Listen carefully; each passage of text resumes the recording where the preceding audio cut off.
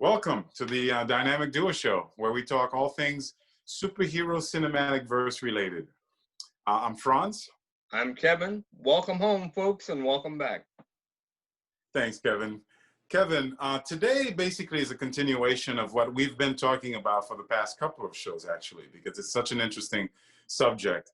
And today the focus is going to be on the representation of women within the cinematic verse, as well as within the comics books as well. And it's a complicated question, as it was with the racial aspect. And I wanted to get your point of view through the question of, what do you think about the changes that have been occurring within the industry to sort of promote diversity, including female diversity? How do you feel about it on an individual basis, and how do you feel about it on a general basis? Well, I see it as two separate entities, to be honest. One, a lot of this, strangely enough, in my opinion, goes all the way back to the beginning, when comics were in their infancy and what have you. And it goes all the way back to things like the original Sheena, Queen of the Jungle comics, and of course what led into the birth of Wonder Woman between the 30s and 40s and that kind of thing.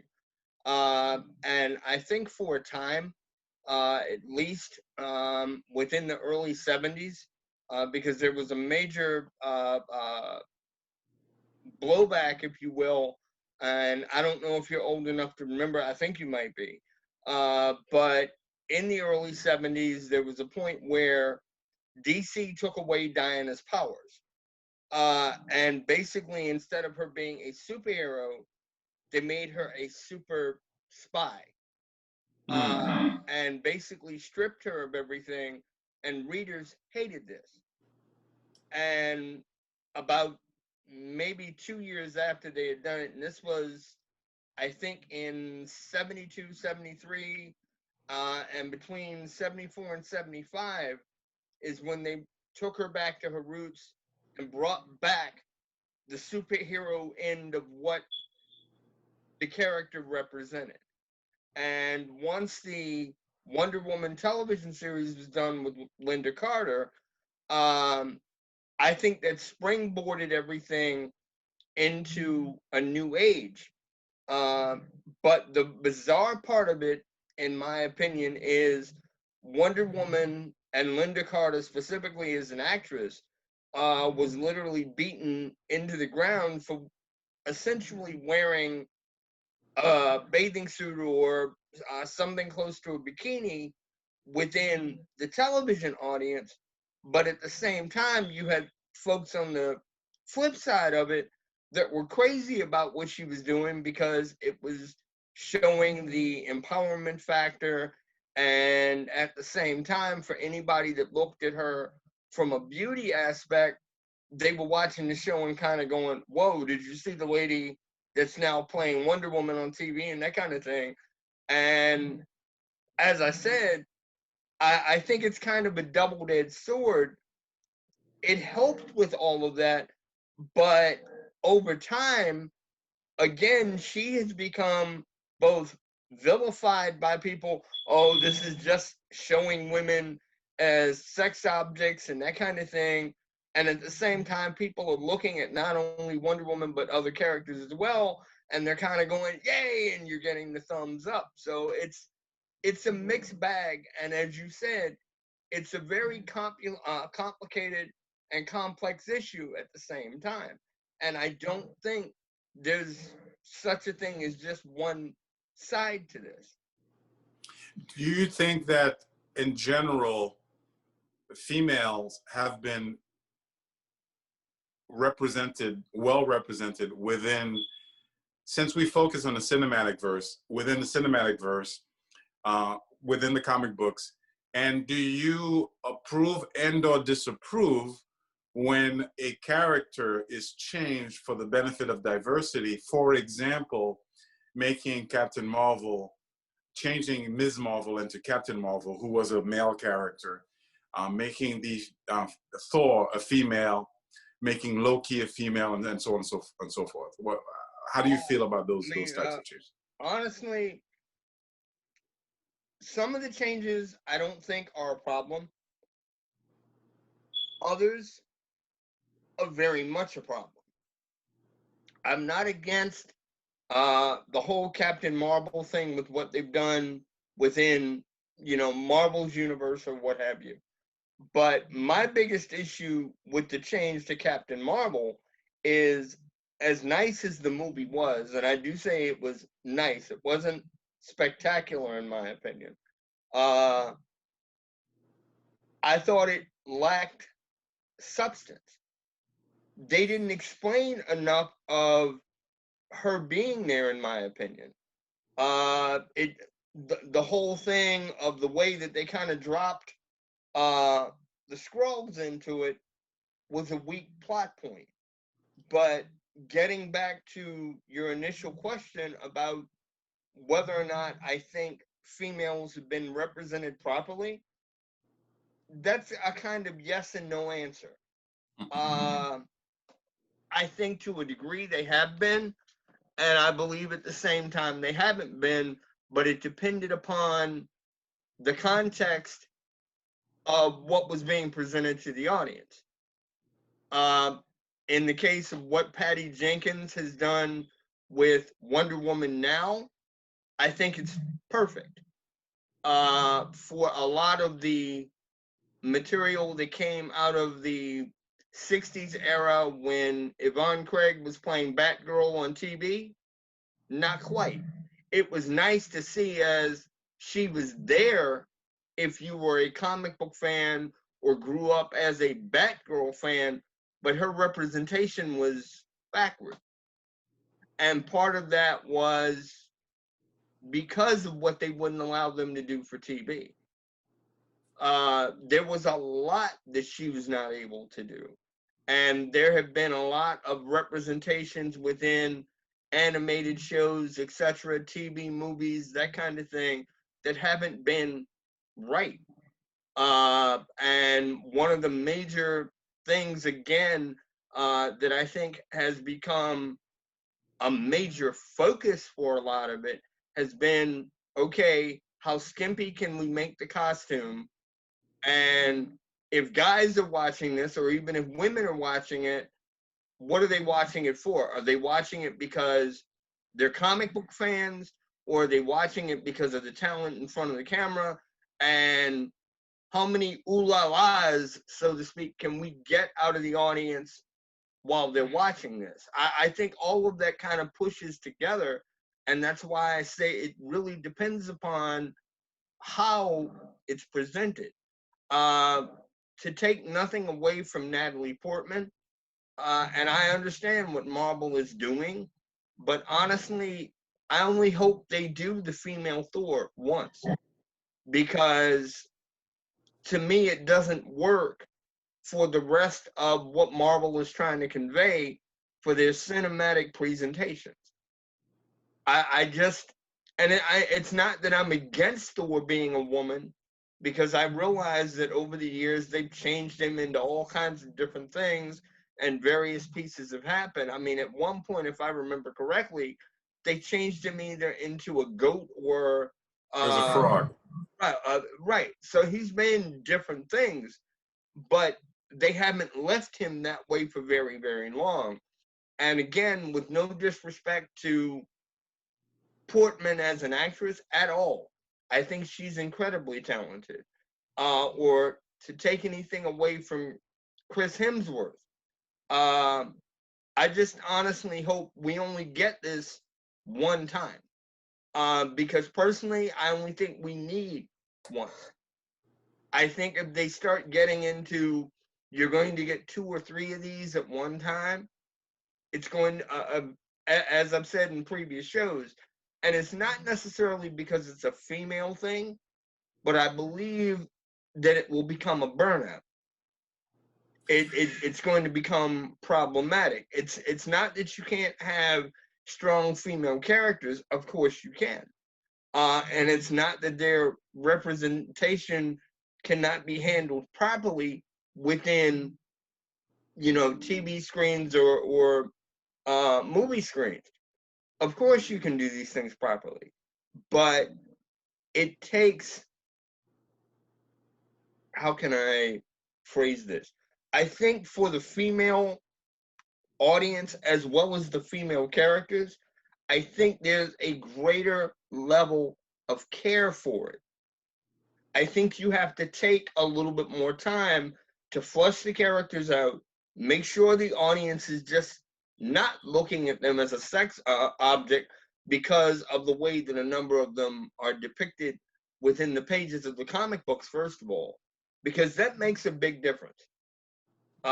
In my opinion, look at the way that Power Girl was depicted, for goodness sake. Her breast size and her behind make her look more like a pinup than a superhero to begin with. And that's been done on purpose, decade after decade after decade. And at a particular point during the character's history, it became a joke at DC. That's right. For the artist to see how far can we push this. That's right. Before we get in trouble. And they're still doing it. It's like, okay, how much bigger can we make her breast? How much larger can we make her bottom? That's where you're getting into trouble, because the artists know what they're doing and the publishers know what they're doing, but nobody's looking at this kind of going, you can't do it yet. And or you shouldn't do this or you shouldn't do that. I mean, to be honest, she's 2 seconds off of almost being naked. And again, that's why I say that it really comes down to what the creators themselves are allowing and how the material is handled to begin with. Because to contrast it, the big difference between the women and the men is the guys are always drawn as strong and virile, and they've got the chiseled features and the square jawed chin and what have you. The women, most of the time, they've got the hourglass figures, the large breasts, the big bottoms. Not that there is anything directly wrong with depicting the female body as attractive, but there's a cutoff point. Yeah. And if I may, your answer is actually brilliant, because your answer shows the complexity of the issue, and your answer is both, an agreement and disagreement with what's going on. And I think that's the only way to look at it. It's what I said in the previous show. Things that are opposite of one another can be equally valid. And what we have to do is look beyond the truth of our reality to see the other side's truth, to start to get it. So, for example, someone could look at the women's representation in comic books and or the movies and say, oh, well, they've been really well represented. We've got Wonder Woman. We've got the Wonder Woman movie. We've got Captain Marvel. We've got Scarlet Witch in the Avengers as an important character. And that's true. That's absolutely true. We've got the Black Widow movie that's coming out. That's a woman superhero that's being represented, whereas there are thousands of male superheroes that are not being done. That's true. Here's another truth. And so your choice is, you can either stay in that truth and be like, oh, I don't want to hear it. I don't want to hear the feminist movement. But you can look at the other truth. And here's another truth. The other truth is that women represent 50% of the population. And as such, why are they the exception when it comes to the movies? It's a complicated question. It doesn't always mean that it's sexist based, but that's a reality that we need to acknowledge. Why is Wonder Woman the exception? Why is Captain Marvel the exception? Whereas the norm, which we can all agree, the norm is the male superhero. We also have to acknowledge something, that society, while it's changing, I think it's changing dramatically, and I think it's changing for the better, and I'm happy for the changes that are taking place. We have to understand that some of these changes are relatively new. It's not too long ago where racism was a matter of law. Forget about matter of morality. It was a matter of law. And it wasn't so long ago that also sexism was a matter of law. Like women couldn't vote. It wasn't that long ago that women didn't have a voice, that women weren't included in the psyche of the stuff that was being created. And so we have to approach it when we think about these issues from that point of view. And when you do, I think what it does is it humbles you a little bit, because instead of looking at it like, oh, they've got Wonder Woman, you realize, oh my God, we've kind of been taking this stuff for granted, you know, the superhero from a male point of view. You know, we talked about unconscious bias on the previous show. And I'm guilty of that too, you know, because I've taken it for granted that Spider-Man and all these other characters are male driven. And so there's truth on both sides, I think. And there's complexity on both sides. So we could talk about, for example, the representation of women within comic books and within superheroes and the sexualization of these women.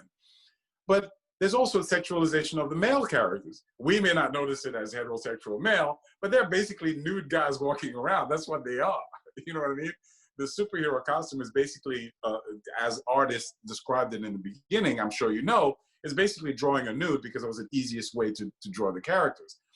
And so there's sexualization there too. Now, there are cases, and I got into a debate with, and I forget the artist's name, I tried to remember it, but where it's blatantly over-sexualized. Like it's going beyond, like in the 90s, early 90s, mid 90s, early 2000s, there was a focus on the over-sexualization of the female characters, where, I don't know if you remember, but the sort of Jim Lee drawing with the hips going way out and the outfits going extreme. They changed Wonder Woman's outfit to look like basically super power girl. Yes. You know, there was that overly sexualization, and in those cases, they were absolutely, you know, over the top, and they were wrong about it. But at the same time, we need to recognize that sexuality kind of sells, and it sells for both men and women, and so on and so forth. And so it's a complicated issue. It's a complicated issue for me and for you. The hope is that we decide as individuals to either adapt a life of inclusivity and equality and fairness, or we don't.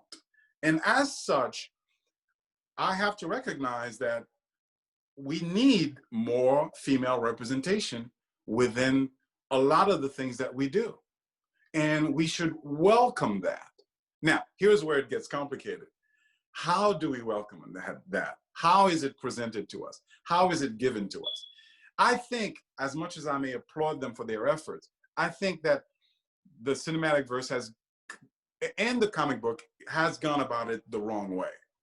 They've gone about it in a way that makes those who don't feel like we do, that sense of inclusivity, it makes them reject it automatically. There was a backlash against Captain Marvel, for example, for the way that she was presented. Because people felt, again, oh, you're shoving this down my throat, and I don't want it, I don't accept it. When the characters that we know and we love, like Thor, like Iron Man, who was changed into a black woman, when those things happen and our characters get destroyed, that's a way to, it's not, you know, it's what you were saying earlier. It's not organic. It doesn't really work. It's not Iron Man, so you can't expect me to fall in love with this new character. It's not easy to fall in love with a character. You know, Iron Man is 1 in a million, literally. So going about it that route isn't necessarily the right way. Wonder Woman is a beautiful example. The internet loved and accepted the Wonder Woman presentation because it was just a character telling a story, and it was subtly feminist. It was feminist in a way that even the anti-feminist people didn't notice, because she was the defender of Trevor. She was the strong character. She was rescuing him, essentially. But the focus and the delivery of it wasn't about women powerful, blah, blah, blah. And because it wasn't about that, it didn't turn off that segment of the population. Right. I think what Marvel is doing is so sort of forced. It's forced that because it's forced, it's not working. It doesn't work, and it hasn't worked in the comic book.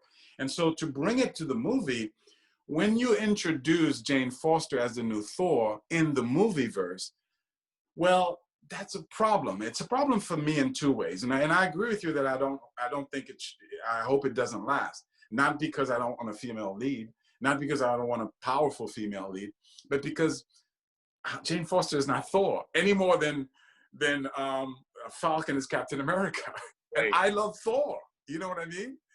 And so that movie, that concept is based on a comic book concept, because Jane Foster was Thor in the comic book first, but it was a failed comic book test. It was no one responded to that. It didn't really work. No one fell in love. Like, for example, She-Hulk was accepted as a character. No one is accepting Jane Foster Thor, any more than they're accepting some of these other forced type of changes. And so to emulate something that's failed in the cinematic verse is a mistake because of what you said in the previous show. When we were talking about disabled people, and you were talking about the fact that they were choosing a non-disabled actor to play a disabled character, and people were saying, no, he should be disabled. Your point was, no, it doesn't matter to you as a disabled person because you want the best delivery possible. You want it to be represented in the best way possible. And that's what my hope would be for the female situation. How do we represent them in the best way possible? How do we Wonder Womanize the superhero characters? And I think that can be done. I think, for example, Black Widow's doing it in the right way. And I think Wonder Woman certainly did it in the right way. And I would ask for more of that inclusivity that doesn't step on the toes of what's come before. Because when you step on the toes of what's come before, then you turn people off and you turn them against you. I don't know if that made any sense. It makes perfect sense, and thank you. This is part of why in one of our first shows, I had asked you how you felt about the fact that Warner Brothers, DC, etc., were developing a Batgirl movie. Personally, I think you could get away with a Batgirl TV show, more so than a Batwoman. Interesting. And I think it would make more sense to your audience. It is that Batwoman as a character had been around since the late 50s, going into the 60s, when they were doing a lot of really outlandish material with Batman. She's been around that long, but the character was very, very campy and very, very silly. I'm honestly surprised, to be direct about it, that Batwoman is not Batgirl, and they didn't go that route. I also think, to a degree, that the idea of a female Thor would work better as a series on Disney Plus, or through some secondary avenue at Marvel. And not to say that the female characters have to be secondary, but I think she would work better as a episodic show than to dump, because in a sense it is dumping the character on the audience and saying you have no choice. And I don't think that's the right way to do it. That's along the line of what you're saying about how do we bring them into the fold, how do we make this work. It's, if you just dump something on an audience, regardless of what format it's in, whether it's the comics themselves, as you pointed out, when they did the female Thor before, it was on the pages of the comic, and the audience response was low. And I'm afraid that they're going to suffer from the same thing with the movie. I truly do. Yeah, I agree with that. I agree with that. And by the way, just to be fair, just so that the audience understands, we feel that way not just with respect to the changes in sex, female to male. We feel that way with the changes with respect to race. We feel that way with respect to the changes of just the characters in general. Yes. I personally am looking forward to talking to you about the current set of movies that are coming out. Okay. Because I think what's important about our critique is that it's genuinely based, and it's not, as I was saying earlier, it's not based on sex, it's not based on race, it's based on this very simple principle. And forgive me if I'm speaking with you, and feel free to certainly disagree and express yourself. But for me, I should say, for me, it's based on a very simple principle. And that principle is a character that has appeal to a mass number of people for an extended period of time is a very special and precious thing. It's a very special and precious formula. And anytime you take that formula and you change it into something else, you risk losing the magic that created it in the first place. You dilute the quality of it.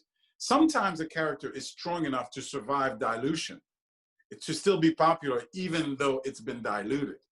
I think Spider-Man has been diluted in many ways, but he's still very popular based on the original strength of the original creation. But I personally oppose any one of these changes.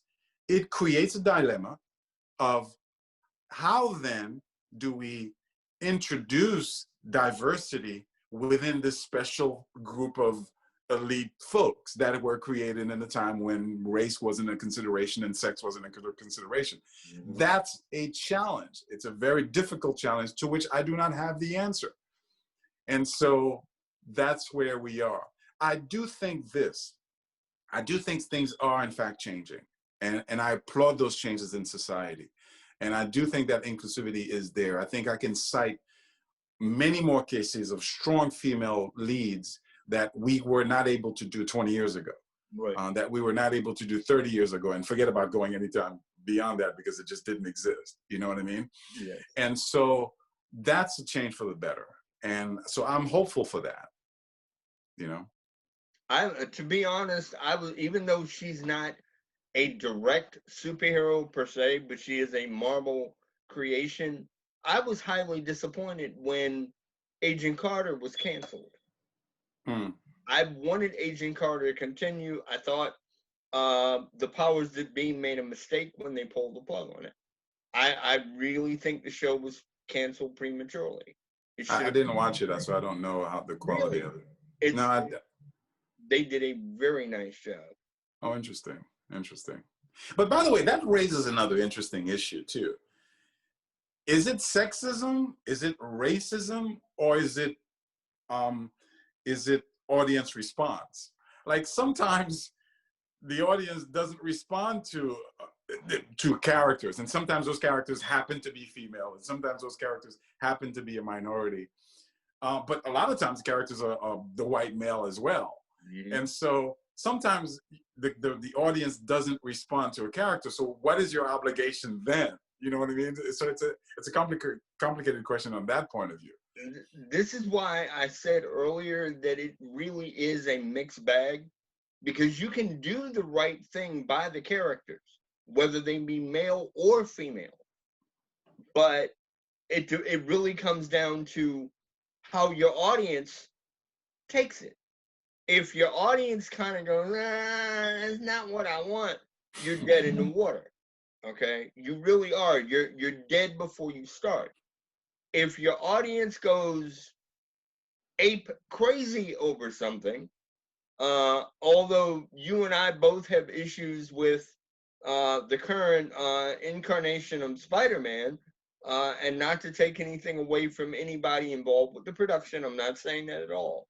Sure. But because they've stepped away from the traditional view, and I'm not saying you can't give an audience another take on something or an alternate take on something, but at least be pure within the space of what you're of what you're doing and how you're doing it.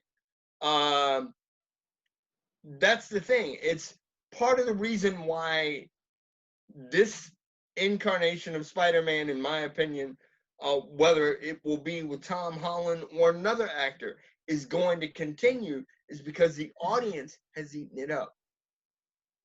And the audience that has eaten it up is the contemporary audience that are reading the comics now or going to the movies now. It's not necessarily people that are your age or mine that grew up the material and want to see as close to the pure form of what we remember as we can get. But if I may interrupt you, forgive me, but because we're running out of time, if I may interrupt you, there is also a danger that I recognize within what you said. And by the way, what you said is exactly on point. Sometimes things change, and you know, we get old essentially. But sometimes there's what I call the groupthink mentality, where we support a character just because. And the juice of it, the actual appreciation of it, isn't actually there.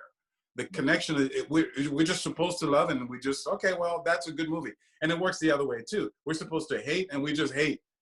And one of the things that I like to focus about this show is for us to be different from that groupthink mentality. I refuse, and sometimes I'll agree with the group, and sometimes I'll disagree with the group, but it'll always be an objective point of view rather than just going along. And so I think sometimes things will be popular because it's supposed to be, rather than because it's truly that good. And that's when you get the flash in the pan aspect. And it doesn't stay, it doesn't hold. A brief example is when the Ultimates came out in the comic book series, and people just jumped on the bandwagon. Oh my God, the Ultimate comic books. And I said to myself, well, wait a second, hold on a second. You're changing these core characters into something else, and there's a danger in doing that. And they're, oh my God, are you kidding me? The Ultimates are so much better than the original line, and they went on in the Ultimates. And that wave rode for a very, very long time until, guess what? It dropped out. It dropped out completely because it didn't have the staying power that the original creations had. And guess what? It dropped out too, back to the original creations. It went back to the original creations. And interestingly enough, what started to happen is the original creations now started to be influenced by the Ultimate mentality, which changed the original creation into now something else. And the risk that they're running is collapsing that whole universe, that whole industry, which is what Marvel is facing from a publishing point of view. Yeah. And so I would just caution you with respect to that as well. Sometimes something being popular doesn't necessarily mean it has legs, essentially. Right. I believe me, you and I are in 100% agreement. It's I couldn't agree with you more. That's part of my worry for Matt Reeves, the Batman, in all honesty.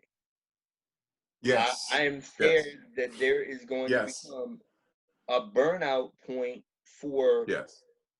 what they are doing concerning Batman, as much as I love the character, and I truly do. Because this looks like, and I know this isn't really, really fair, but that's the way it appears to me. It looks like another Tim Burton-esque interpretation with elements of Christopher Nolan's Batman thrown in, and basically they're saying, here's another version of that world of Batman. And to me, that's where they're making their mistake. I agree. I agree wholeheartedly. And again, forgive me for jumping in, but I'm just worried about the time aspect. But I agree wholeheartedly. And what's happening is that when you dilute, and Marvel is making that mistake. They're introducing different versions of. There's a million different versions of Spider-Man. This is what the Spider-Verse is dealing with. Certainly, what happens is you're diluting the character, and when you dilute it from a linear point of view, from a horizontal point of view, then you're diluting the connection to the character. Mm-hmm. And so the more different versions of Batman we have, the less of a fan of Batman we are, because which Batman do you love? You know what I mean? Exactly. One of the things I'm certainly looking forward to talking to you about is two things, actually, that I'm very looking forward to talking to you about. First, I'd like to do a review with you of just a quick little brief thought on each of the previous movies that have come, starting from Superman to today, and a brief discussion on the movies that are coming up. Okay. And just a quick opinion of each of them, where you rank them, things like that, so that I think the audience could have an idea of where we stand Okay. on each of the issue. Now, But any final thoughts on the topic in general? for the ladies, I would simply say, from the point of view of the creators and the folks responsible for the content, take your time, don't rush it. The audience will support you as long as you support us. That's kind of how I see it. Be careful with the way that you're approaching the diversity factor, and respect the people that are supporting you in the long run. I understand. I understand. And I ultimately have to agree.